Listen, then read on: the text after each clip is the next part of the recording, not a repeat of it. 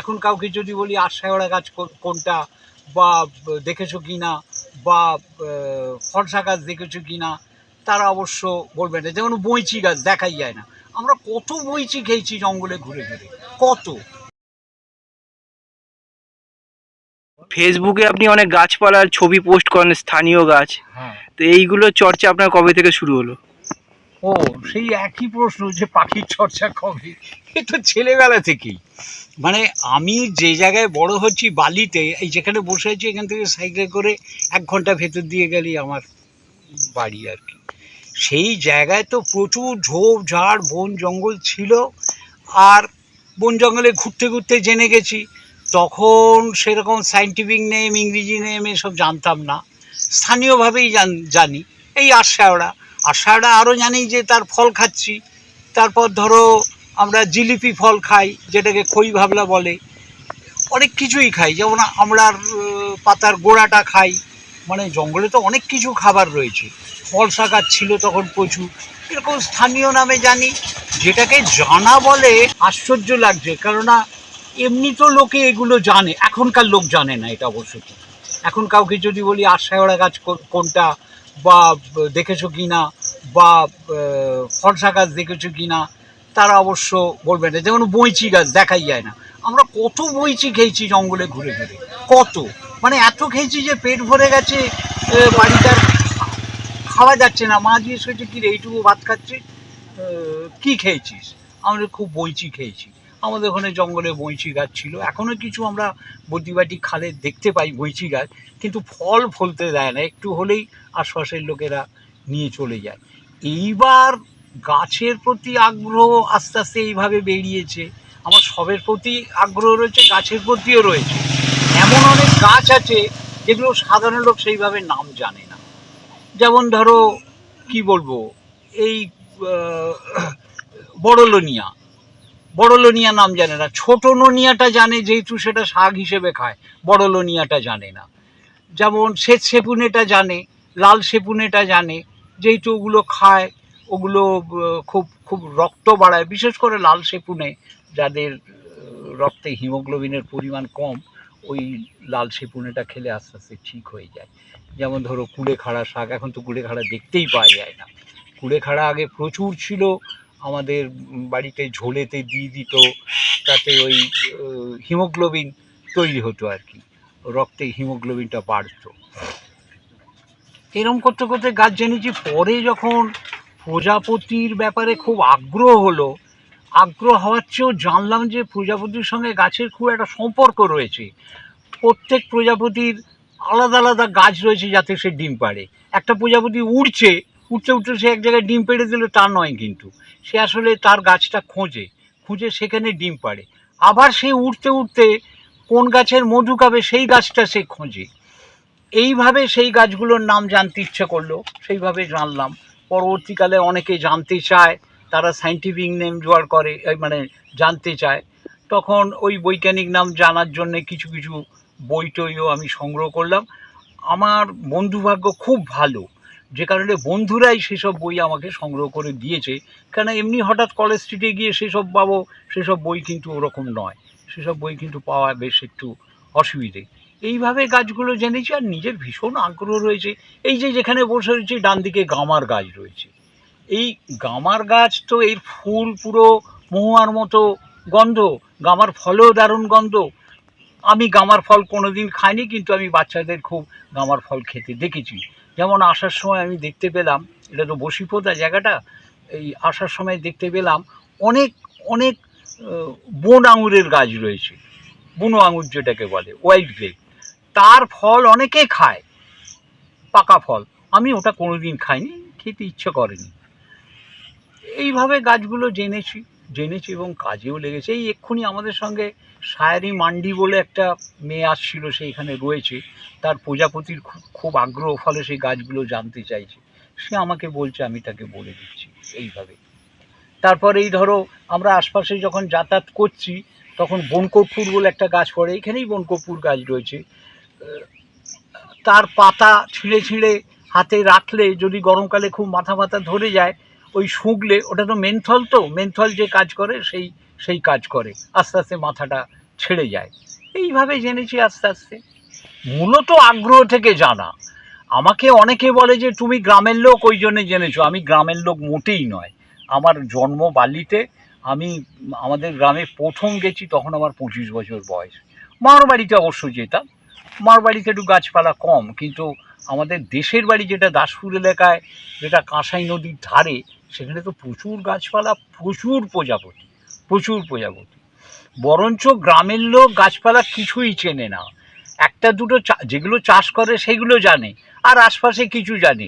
আর যেটা জানে না সেটাকে জিজ্ঞেস করলেই বলবে এ তো বন গাছ, এ তো বনলতা, এসব বলে। বলতে গিয়ে ভুলে গেলাম, সেটা হচ্ছে আমার এখন ভীষণ কষ্টই হয় বলতে গেলে। যুক্তি ফুল বলে একটা গাছ আছে, যুক্তি ফুল, যেটা ফুলগুলো খায়, এখন বাজারে খুব একটা দেখা যায় না। বেশ তিতো তিতো, একটু তিতো তিতো, ভালো খেতে। যুক্তি ফুল অনেক জায়গায় যুক্তি ফলও খায়, আমি যুক্তি ফল খাইনি কোনোদিন, কিন্তু অনেকে যুক্তি ফল খায়, অনেক জায়গায় বিক্রিও হয়। সেই যুক্তি ফুলের গাছ, আমি খুব অবাক হয়ে যাই, আশপাশে কত ঝোপ জঙ্গল ছিল, এখন যুক্তি ফুল দেখতেই পাই না। যেমন ক্যাপারিস, যেটা যেটা কালকেরা বলে, ক্যাপারিস জেলানিকা, সেই গাছ আশপাশে কত ছিল। তাতে কমন গাল বলে একটা প্রজাপতি আছে, ডিম পাড়ে। পায়োনিয়ার বলে একটা প্রজাপতি আছে, ডিম পাড়ে, এরকম পাড়ে। কিন্তু সেই সেই যে গাছটা কালকেরা, একটা সাধারণ গাছ, সেই গাছই দেখতে পাই না। হঠাৎ কোথাও দেখতে পেলে খুব অবাক লাগে। এমনকি এই যে আরশাওড়া গাছ, যেটাকে বললাম, যেটাকে দাঁতন গাছ বলে অনেকে, কেননা তার ডালেতে দাঁত মাজে অনেকে, এখনও মাজে, সেই দাঁতন গাছ, সেই আরশাওড়া গাছই দেখতে পাচ্ছি না। তবে একটা জিনিস দেখলাম, যে ফলসা গাছ খুব কমে গেছিলো, এখন দেখছি ফলসা গাছ লাগাচ্ছে। চালতা গাছের মতো একটা সাধারণ গাছ, যার ফুল অসাধারণ, বর্ষাকালে ফুল ফোটে, দেখেছো তো চালতা ফুল কত ভালো, সেই চালতা গাছই দেখতে পাই না ঘুরে ফিরে। আমি তো প্রচুর ঘুরি সাইকেলে করে, সেই চালতা গাছই দেখতে পাই না। কত সাধারণ গাছ দেখতে পাচ্ছি না, সাধারণ গাছ। এইটা খুব একটা আফসোসের কথা। কি করে কোথায় নষ্ট হয়ে যাচ্ছে জানি না। এই আস্তে আস্তে এক জায়গায় কেষ্টকলি ফুলের গাছ দেখলাম। ওই সায়ারি বলে একটা মেয়ে আছে, তার খুব গাছে আগ্রহ, তাকে দেখাচ্ছিলাম। সেই গাছটা সেভাবে দেখেনি কোনোদিন, দেখেনি এই জন্যে যে এখন আর সেটা দেখাই যাচ্ছে না। অথচ কেশরী গাছ, যেটাকে সন্ধ্যামণি, সন্ধ্যা মালতী, এরকম নাম বলে, আশপাশে ঝোপ জঙ্গলে প্রচুর হতো, এখন আর দেখতেই পাচ্ছি না। এই একটা আশ্চর্যের ব্যাপার লাগে। সাধারণ গাছগুলো কি করে লুপ্ত হয়ে যাচ্ছে, প্রায় প্রায় লুপ্ত হয়ে যাচ্ছে। গাছপালা সম্পর্কে জানার কি বই আছে? ও হ্যাঁ, গাছপালার একটা যেটা মুশকিল বইয়ের ক্ষেত্রে, ধরো আমরা পাখি চিনতে চাইছি, গ্রিমেটার, একটা রিচার্ড গ্রিমেটার একটা বই আছে, তাতে ভারতের প্রায় সব পাখিই রয়েছে, নতুন যেগুলো দেখা গেছে সেগুলো বাদে। তারপর ধরো ফড়িং বিষয়ে কোনো বই, সেটা সুব্রমণিয়ামের একটা বই আছে, কে সুব্রমণিয়াম, তাতেও অনেকটা পাওয়া যায়। টি আর মিত্রর বই পাওয়া যায়, কারণ ওগুলো তো বেশি নেই, 515-র মতো ফড়িং পাওয়া যায়। আর পাখি পাওয়া যায় ধরো 1374-75, এখন একটু বেড়েছে, 1400-র কাছাকাছি। কিন্তু গাছ তো প্রচুর, কোনো একটা বই থেকে গাছের কিচ্ছু করা যাবে না। বই, গাছের জন্যে কিন্তু অনেক বই দরকার, এবং গাছগুলোকে ওইভাবে ভাগও করা হয়েছে, যে যেমন একটা প্রদীপ কৃষ্ণের একটা খুব ভালো বই রয়েছে, ট্রিজ অফ দিল্লি বা ট্রিজ অফ মধ্যপ্রদেশ বলে একটা রয়েছে। যদিও ওখানকার ফান্ড পেয়েছে বলে ওই নাম, কিন্তু ওই সব গাছ আমাদের এখানেও রয়েছে। কিন্তু যারা ছোট ছোট গাছ জানতে চায়, যেগুলোকে আমরা গুল্ম বলি, যেগুলোকে বিরুৎ বলি, সেই গাছগুলো জানতে গেলে খুব ভালো বই, কালীপদ বিশ্বাসের ভারতীয় বনৌষধি, 6টা খণ্ডে রয়েছে, পাওয়া যায় কলকাতা বিশ্ববিদ্যালয়ের ওই সেলস কাউন্টার থেকে পাওয়া যায়, এবং সেটার দাম বেশিও নয়, 1200 টাকা মাত্র দাম, যেহেতু সরকার ওটা ভর্তুকি দিয়ে দেয়। আর আর তার শিষ্যর এক বিখ্যাত বই আছে ভারতীয়, ওটা তো ভারতীয় বনৌষধি, এটা হচ্ছে চিরঞ্জীব বনৌষধি। এর এর 11টা খণ্ড আছে এবং অসাধারণ। আমার অনেক গাছপালা সায়েন্টিফিক নেম বা আরও অন্য অন্য নাম, একটা গাছের তো অনেক রকম নাম থাকে, সেসব আমি এইসব জায়গা থেকেই জেনেছি। এগুলো একবারে আকর গ্রন্থ। সংক্ষেপে এইগুলোই সবচেয়ে ভালো। এছাড়া আরও অনেক কিছু বই পাওয়া যায়, যেমন সেগুলো অবশ্য ইংরেজি বই, সেগুলো বাগানের বই, সেগুলো অত আমাদের কাজে লাগবে না। টিকে মিত্রের যে বই সে তো বাগানের বই, মানে tropical garden flowers in colour এই তার নাম। কিন্তু যারা বুনো গাছপালা জানতে চায় তাদের পক্ষে ওই কালিদাসবাবুর বই, শিবকালীবাবুর বই এইগুলোই খুব ভালো। তার আশপাশে সব গাছই জেনে যাবে, সায়েন্টিফিক নেম জানবে। শুধু তাই নয়, এরা তো বড় বড় আয়ুর্বেদ ডাক্তার, সেই আয়ুর্বেদের গুণ সব তার মধ্যে রয়েছে। আয়ুর্বেদের গুণ রয়েছে, মানে কোন কোন গাছের কি কি আয়ুর্বেদিক গুণ আছে, কি খেলে কি হয়, কিভাবে খেতে হয়, সেই সমস্ত রয়েছে। সেগুলো ছবিও রয়েছে, সব কিছু রয়েছে। এই দুটো বই হলে সবচেয়ে ভালো হয়। নাহলে সহজে কিন্তু কোনো একটা বই থেকে আমি জানবো সেরকম হবে না, কারণ অনেক গাছ, প্রচুর গাছ, প্রচুর গাছের চর্চা করা কিন্তু খুব শক্ত, খুব শক্ত। এত গাছ, সেই তুলনায় তুমি কত বই কিনবে? আমার কাছে প্রায় 35-40টা গাছের বই আছে, ছোট বড় মিলিয়ে আর কি, তবে খানিকটা জানা যায়। আর আরেকটা বই আছে খুব বিখ্যাত বই, সেটা আবার ছাপা হয়েছে, সেটা বোটানি যারা পড়ে তাদের ওটা কোর্সের মধ্যে রয়েছে। ডেভিড প্রেন বলে একজন উদ্ভিদ বিজ্ঞানী ছিলেন ব্রিটিশ আমলে। তার বিখ্যাত বই রয়েছে বেঙ্গল প্ল্যান্টস, ভলিউম 1 ভলিউম 2, দুটো খণ্ড রয়েছে। সেই বেঙ্গল প্ল্যান্টস একটা ভীষণ দরকারি আকর গ্রন্থ। বেঙ্গল নামটা তখন হচ্ছে বাংলা, বিহার, উড়িষ্যায় টোটাল সবটাই ছিল একটা বাংলা। এই এতখানি জায়গা মিলে সেই ওতে গাছ রয়েছে। ওতে একটা মুশকিল হচ্ছে এই যে ধরো তুমি বেতো শাক লেখা রয়েছে, কিন্তু ওখানে বেতো কথাটা লেখা নেই। ওখানে এমন একটা উচ্চারণ রয়েছে সেটা বাংলাতে বলে না, সেটা হিন্দিতে বলে। ফলে সেটাকে ঠিক বাংলার উচ্চারণ বলে তো মেনে নেওয়া যায় না। কেন না, তার বইটা এতখানি এলাকা জুড়ে, উনি ওই নামটা ওখান থেকে নিয়ে নিয়েছেন। এইটা একটা মুশকিল আছে, সেইটা একটা মুশকিল। তো ওই বেঙ্গল প্ল্যান্টস খুব খুব ভালো বই, খুব ভালো বই। বেঙ্গল প্ল্যান্টস থেকে অনেক কিছু জানা যায়। খুব একটা নতুন গাছপালা ছবি তুললো, গাছের ছবি তুললো, সেটা আইডি করার ক্ষেত্রে মানে আপনারা তো 2-1টা গ্রুপ বানিয়েছেন, সেই গ্রুপগুলো যদি নাম বলেন। সেটা হয় কি, এমনি তার কাছে নতুন হতে পারে, আমার কাছে হয়তো ওটা নতুন নয়, তখন আমি সেটা দেখে বলে দিলাম এটা হতে পারে।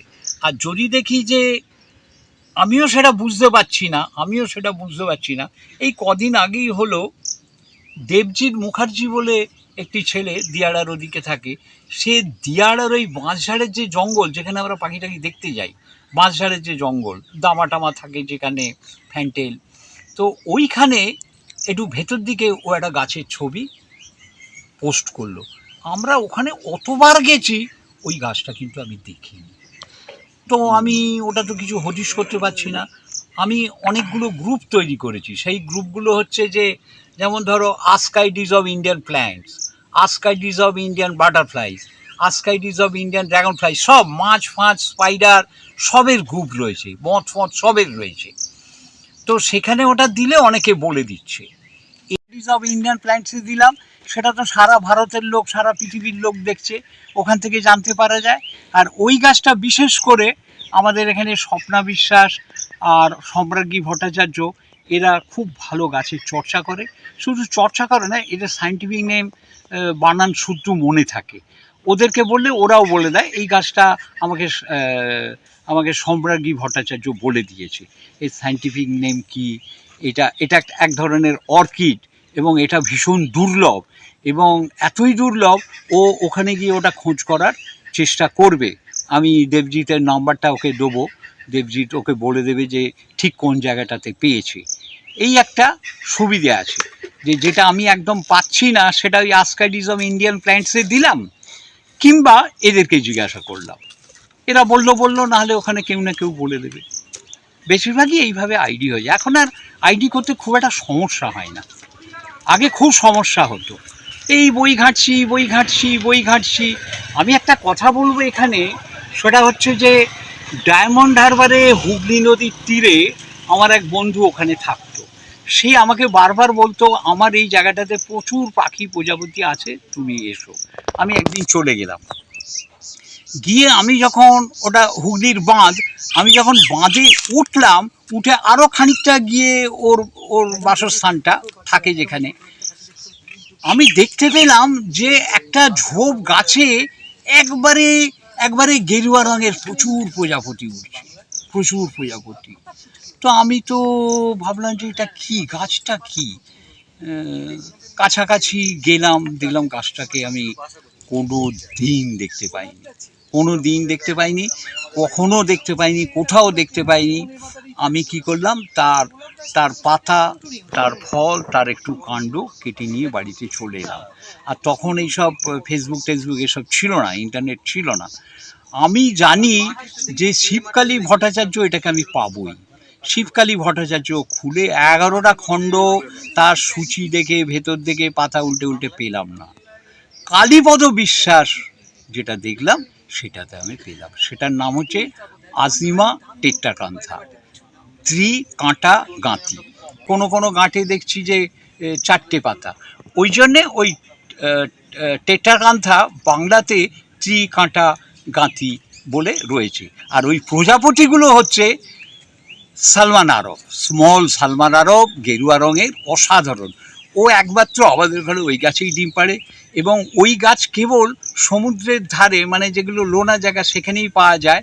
ফলে আমরা ওই প্রজাপতি আমরা অন্য কোথাও দেখিনি, যদিও একবার দুবার আমি অন্য জায়গায় দেখেছি, কিন্তু সে খুব মানে হঠাৎ চলে এসে এমন হতে পারে।